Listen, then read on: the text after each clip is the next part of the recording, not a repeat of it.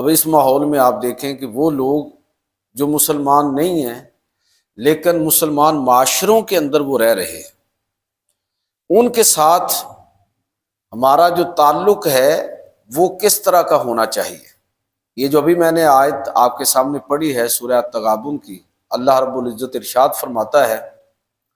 هو الذی خلقکم فمنکم کافر ومنکم مؤمن، کہ اللہ ہی ہے جس نے تم کو پیدا کیا، تم میں سے کئی ہیں جو کافر ہیں، جس نے پیدا کیا اسی کا انکار کرتے ہیں، اور تم میں سے کچھ وہ ہیں کہ جو مومن ہیں۔ واللہ بما تعملون بصیر، اور جو کچھ تم کرتے ہو اللہ اس کو دیکھنے والا ہے۔ اچھا، اس نقطہ نظر سے آپ دیکھیں تو وہ طبقات جنہیں ہم غیر مسلم کہتے ہیں، تو انسانی برادری کے ہونے کے ناطے ان کے حقوق جو ہیں بھی ہیں، اور ہمارے ذمے مسلمانوں کے ذمے ان کے کچھ فرائض ہیں جن کو ادا کرنا ضروری اور لازم ہے۔ اگر کوئی شخص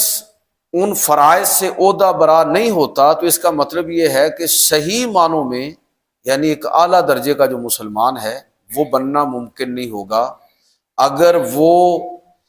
ان طبقات کے، اور یہاں خاص طور پر میں غیر مسلموں کی بات کر رہا ہوں، ان کے فرائض کو پہچانتا نہیں ہے، ان کے حقوق کو جانتا نہیں ہے، فرائض ادا نہیں کرتا،